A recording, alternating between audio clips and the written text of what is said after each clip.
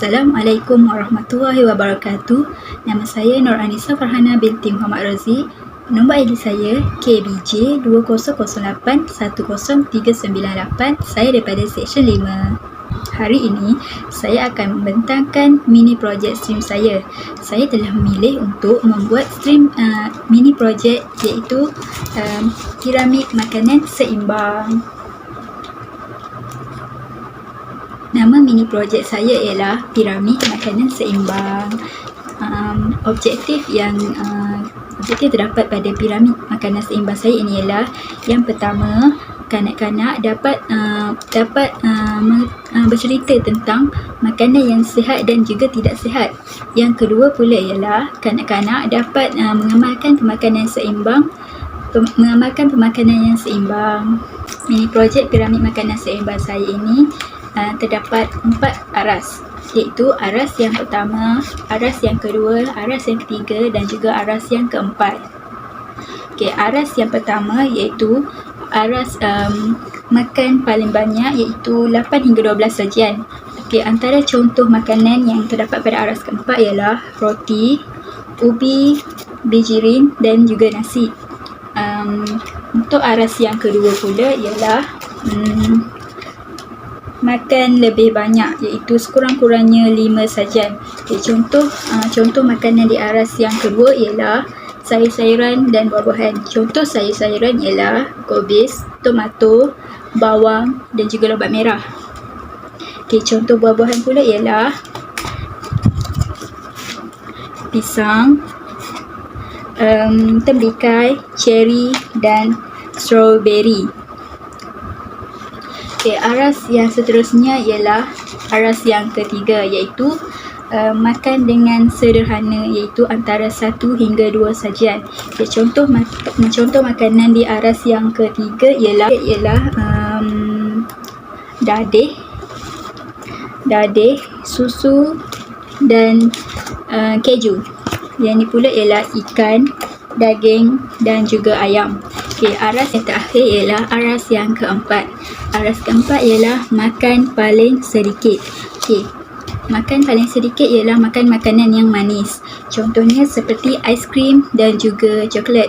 Walaupun kita tahu kanak-kanak suka makan benda-benda yang manis seperti aiskrim dan coklat, tapi kita sebagai ibu bapa ataupun guru harus mengelakkan kanak-kanak untuk makan makanan yang aras keempat ini pada setiap hari. Bahan-bahan yang saya gunakan untuk membuat mini projek piramid makanan seimbang saya ini adalah kotak,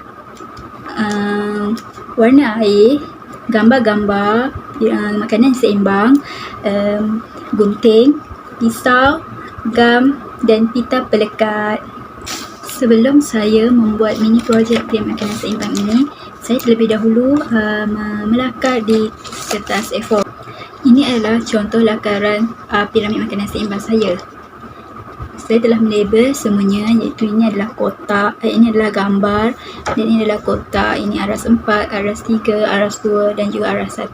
Elemen-elemen stream yang terdapat pada mini projek piramid makanan seimbang saya ialah S yang pertama ialah sains. Sains yang terdapat ialah mempelajari tentang pemakanan yang seimbang. Yang kedua ialah T ialah teknologi.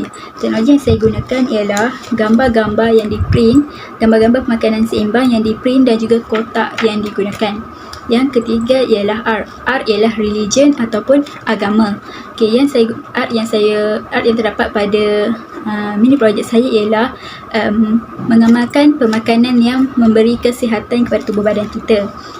Kita tahu bahawa kita Islam diwajibkan untuk makan makanan yang halal dan juga berkhasiat untuk tubuh badan kita. Elemen yang keempat ialah E ialah engineering. E yang terdapat pada mini projek saya ialah saya telah mereka cipta piramid makanan seimbang, iaitu melakar terlebih dahulu pada kertas A4. Ini adalah lakaran piramid makanan seimbang saya sebelum saya membuatnya di kotak. Elemen stream yang kelima ialah A ialah arts. Arts yang terdapat pada mini projek saya ialah kotak yang diwarnakan dengan warna air dan juga dibalut dengan kertas yang berwarna putih. elemen yang terakhir ialah M. M ialah mathematics. So, mathematics yang terdapat pada mini projek saya ialah kotak yang berbentuk segi 3 ini dan kotak yang berbentuk segi 4 tepat. Kepentingan mini projek piramid makanan seimbang saya ini kepada pengajaran dan pembelajaran adalah kita dapat melatih kanak-kanak untuk makan makanan yang seimbang sejak dari kecil lagi supaya kanak-kanak tidak terbawa untuk makan makanan yang tidak seimbang sehingga ke alam dewasa. Jika kita tidak melarang kanak-kanak untuk makan makanan yang tidak seimbang, kanak-kanak akan mudah mendapat pelbagai penyakit. Contohnya seperti penyakit obesiti. Seperti yang kita tahu, sudah ramai kanak-kanak yang mendapat penyakit obesiti ini kerana mereka tidak dilarang untuk makan makanan yang tidak seimbang. Kepentingan yang kedua ialah kita dapat menyedarkan kanak-kanak tentang pemakanan yang seimbang dan tidak seimbang. Kanak-kanak akan sedar bahawa pemakanan seperti coklat, aiskrim atau benda-benda yang manis akan mendatangkan pelbagai penyakit.